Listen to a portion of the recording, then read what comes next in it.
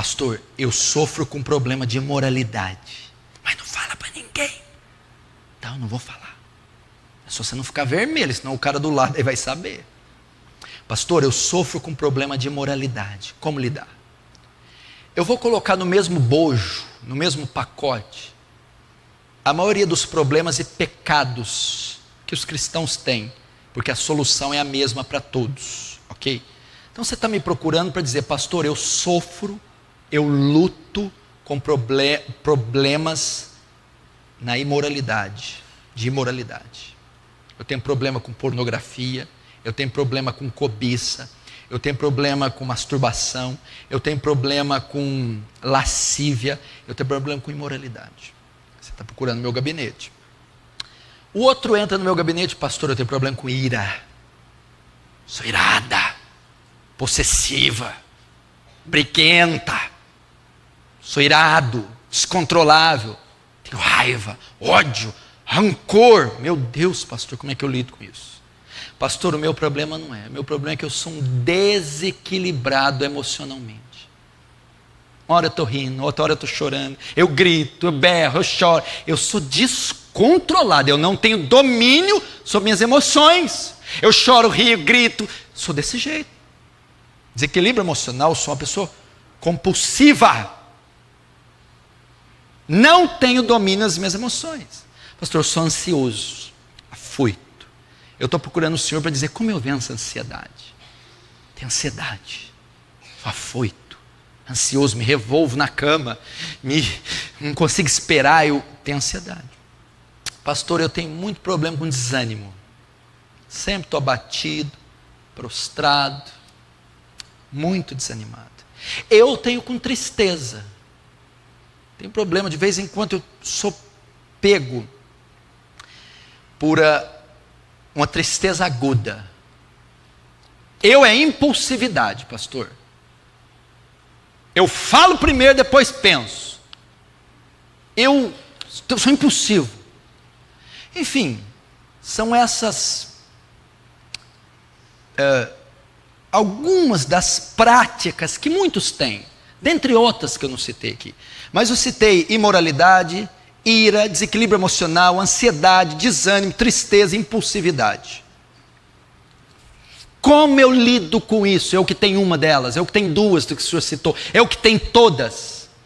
Eu vivo tendo distúrbios psicológicos, emocionais, transtornos, desequilíbrios, pulsões, compulsões, enfim, uma guerra interna, emocional, psicológica, conflitos espirituais, e vão fazendo com que a minha vida oscile.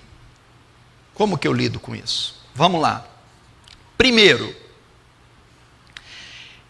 todas essas manifestações são manifestações de um homem ímpio, ok? Se isso é muito comum na sua vida, eu tenho que ser franco, pode ser que você não tenha nascido de novo, porque não é natural de um crente viver irado, não é natural de um crente viver com problemas de moralidade, não é natural a pessoa viver desequilibrada, não é.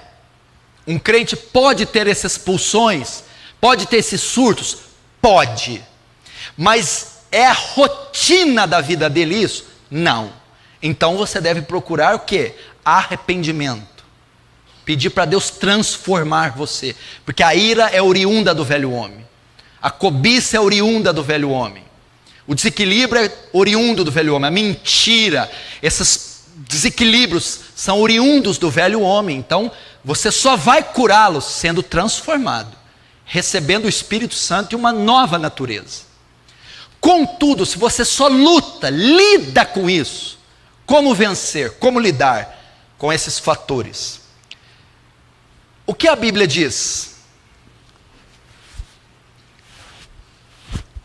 Até sentado eu transpiro. Vamos para a resposta bíblica. Olha só, vou te ajudar com esse texto. Romanos 6,14. Pois o pecado não terá mais domínio sobre vós, pois não estão mais debaixo da lei, e sim da graça. Presta atenção. Você aprender isso aqui, você vai aprender, você vai ficar aliviado. Quando alguém se converte, Deus lida com o pecado dele em 3 períodos.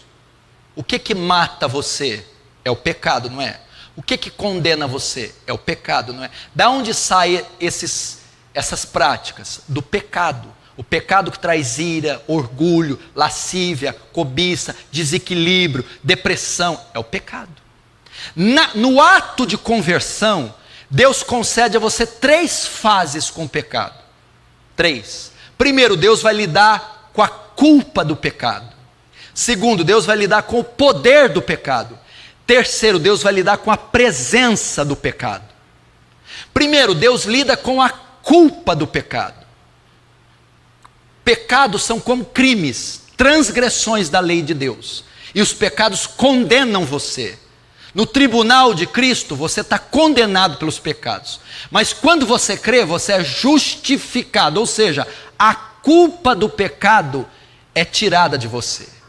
Então, quando você converte, primeiro ele resolve o problema da culpa. Justificados, pois, pela fé, temos paz para com Deus. Quando você crê, a culpa do pecado é tirada. Você não pode mais ser condenado. A culpa foi retirada. Agora o segundo passo, Deus vai tratar com o poder do pecado. O que é o poder? É a inclinação que nós temos para o pecado. Como ele vai tratar? Deus nos dá o Espírito Santo, que nos regenera. E ele nos dá um dos frutos do Espírito, que chama domínio próprio. Gálatas 5:22. Ok? O que esse fruto nos dá? É o poder que Deus nos dá de exercer autodomínio, de exercer domínio sobre nossas faculdades. É a chamada mortificação do pecado. Por isso Paulo diz, e o pecado não terá mais domínio sobre vós. Agora Deus vai lidar com o poder do pecado. Como o pecado não tem mais domínio sobre mim? Quando o Espírito Santo me regenera, me transforma numa nova criatura, ele passa a habitar em mim.